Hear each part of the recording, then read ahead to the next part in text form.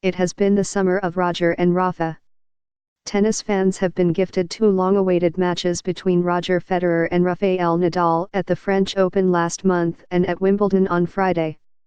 Their semi-final match at the All England Club will be the 40th meeting of their careers. Nadal won number 39, a French Open semi-final, to improve his record against Federer to 24-15. Before that match, Federer had won their previous 6 meetings, all on hard courts. They have played only 3 times on grass, all of them Wimbledon finals, none since 2008. You might remember that match. You can watch Friday's match on ESPN, after the semi-final between Novak Djokovic and Roberto Bautista Agut, which begins at 8 a.m. Eastern.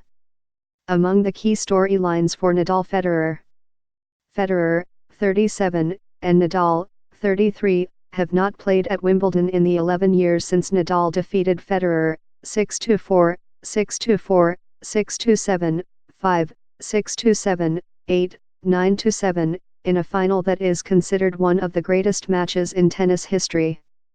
A book and a documentary about the match are called Strokes of Genius. Bjorn Borg, whose 1980 Wimbledon final against John McEnroe is quite famous in its own right, called the 2008 final the best tennis match I've ever seen in my life.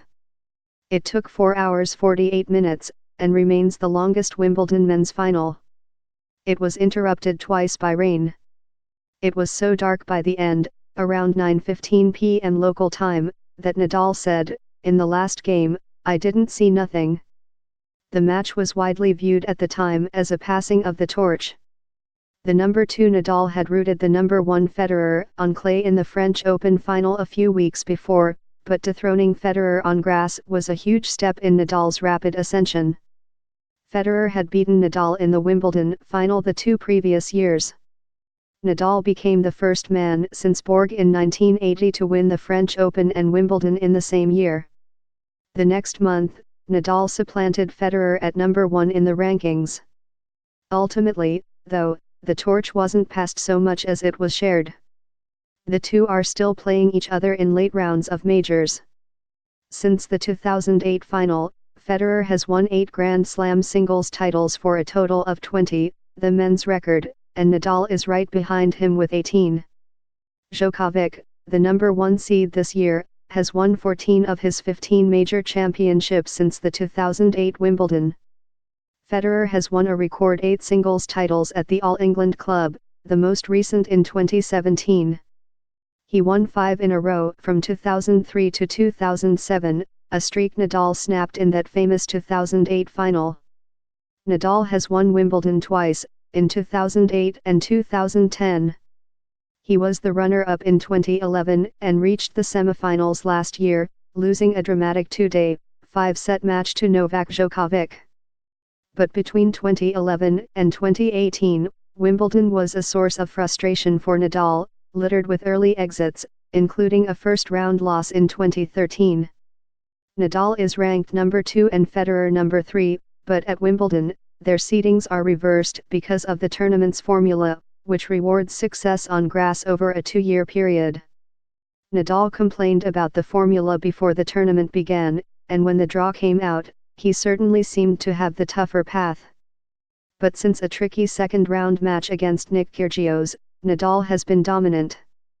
He has lost only 1 set in the tournament, to Kyrgios. He also has not faced a seeded player, dispatching Yuichi Sugita, Kyrgios, Jo-Wilfried Tsonga, Joe Souza and Sam Querrey. The average ranking of his opponents was 105.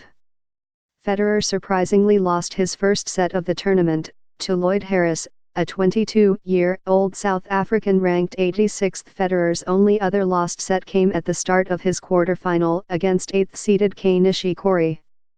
Federer also defeated Jay Clark, number 27 Lucas Poirel and number 17 Matteo Berrettini, who has been one of the tour's hottest players on grass. After Berrettini was routed, 6-1, 6-2, 6-2, in 1 hour 14 minutes, he thanked Federer for the tennis lesson. This year has ended some significant droughts in the rivalry.